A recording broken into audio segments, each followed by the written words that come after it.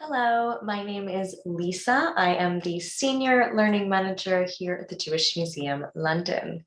Thank you very much for joining us for Wednesday Wisdom, our live object talk series.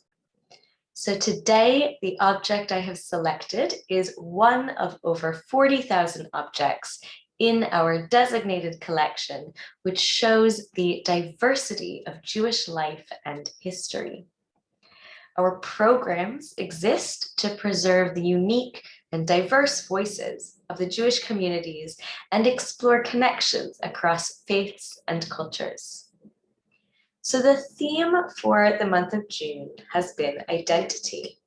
And today I have selected one photograph of a young boy to share with you today.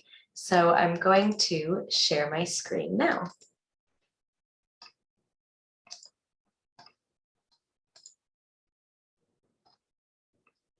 Brilliant.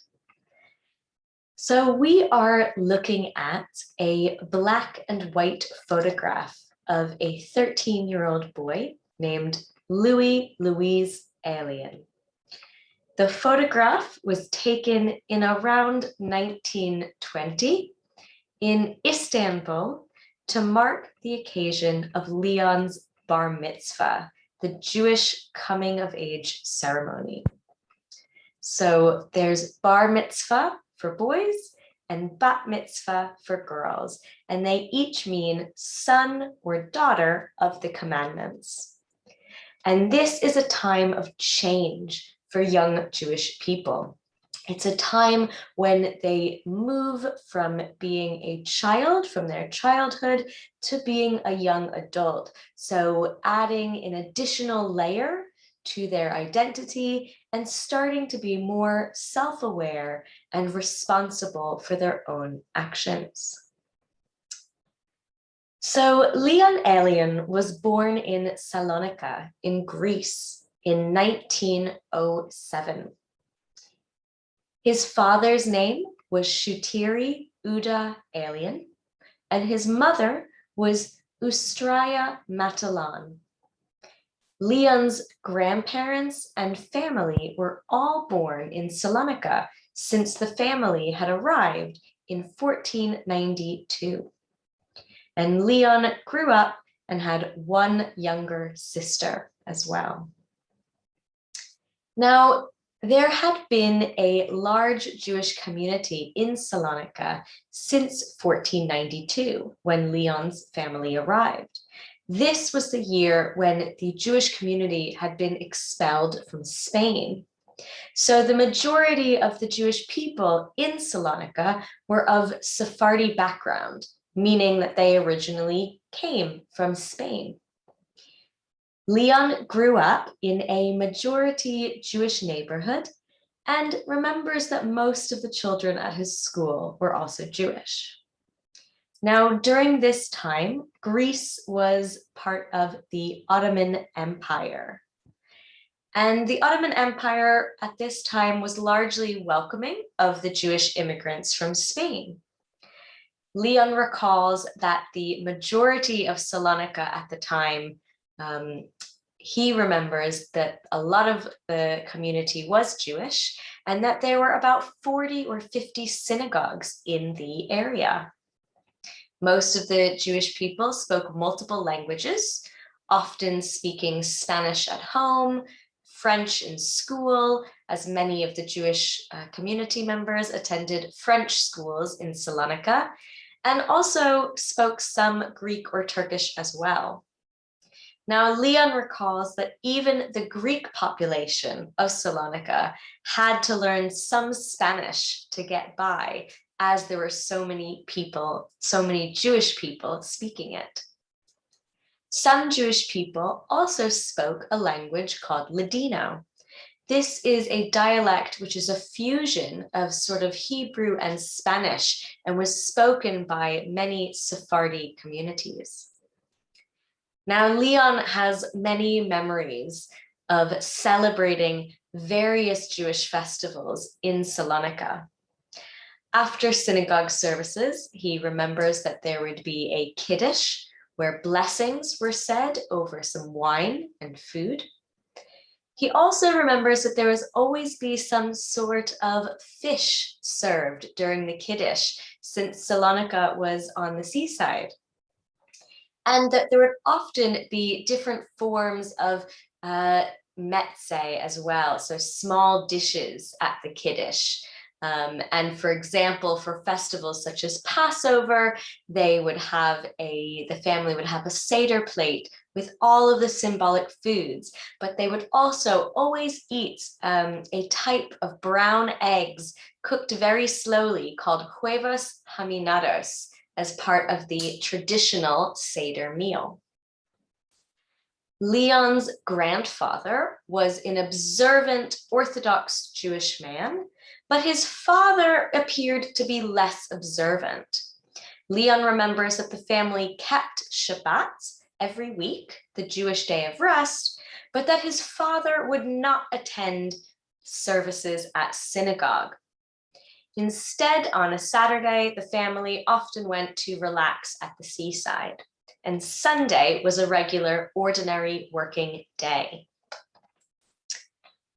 Now, Leon's mother was very observant, but she did not keep the kosher food laws at home. So observant about all of the festivals, but not necessarily for keeping kosher. And Leon also remembers that every year during Sukkot, his grandfather would make a sukkah in the garden.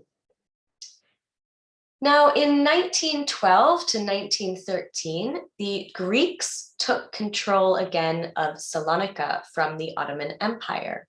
And this made a lot of Jewish people decide to emigrate, to leave Salonika.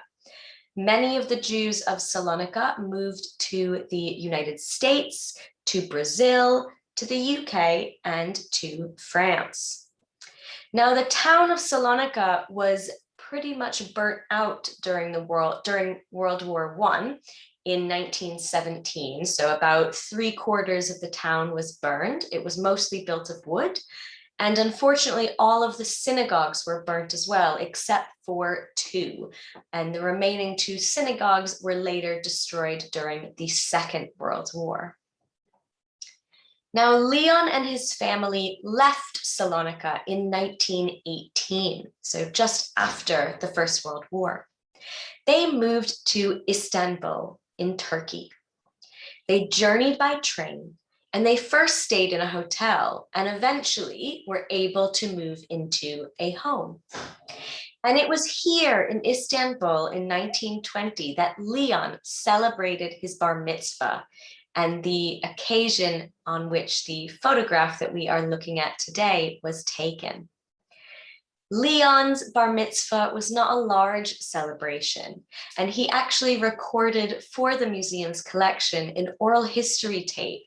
And on this recording, he recalls his bar mitzvah, and he says, "It was snowing. We went to synagogue. I read the part of the Torah. We came home. I had lunch with my uncle and my aunt and my father and mother, and that's it. I got a few presents. That's about it." So it seems quite a simple and very intimate celebration. And we know as well, to prepare for his bar mitzvah, that Leon had Hebrew lessons once or twice a week from a teacher that would visit them at home. Now, also in Istanbul, we know that Leon joined the Boy Scouts, because we have this photograph of him in his Boy Scouts uniform, holding a sort of stick or a staff as well. So we also know he joined the Boy Scouts. After about 4 or 5 years living in Istanbul, Leon's family moved to France. And then in 1927, Leon moved to London by himself, without knowing the language and without knowing anybody here. He began to work in the carpet business. And when he arrived in London, Leon asked whether there was a Sephardic Jewish community in London. And he was told that there was a synagogue being built in Holland Park. And he actually became very involved and ended up becoming one of the founding members in helping to set up the congregation at Holland Park Synagogue. And for Leon, this synagogue was a really important place. It was really special for him to be able to keep some of the traditions of the Sephardi culture alive, especially the Ladino language and the Sephardic music for the various prayers. Now, eventually, Leon's family joined him in England just before the outbreak of the Second World War. And Leon says of this that it was lucky that they came before the war, because otherwise he would have lost all of his family in Salonika, as many of the Jewish community from Salonika migrated to France, and then from there were murdered during the Holocaust. So we are really pleased and honored to have these photographs and this oral testimony of Leon in our collection at the Jewish Museum, to be able to share his story, to learn about Leon's identity and who he was, and about some of the Sephardic culture and customs that was so important to him, and also how influential Leon was in setting up the Holland Park Synagogue once he came to the UK. It is a really important part of the history of the British Jewish community that at the Jewish Museum, we are really grateful to be able to help preserve. So thank you very much for joining me today for this object talk. And do join us next week on Wednesday, the 7th of July, where one of my colleagues will be sharing another object talk in our series at 12 noon. Thank you so much and have a lovely day.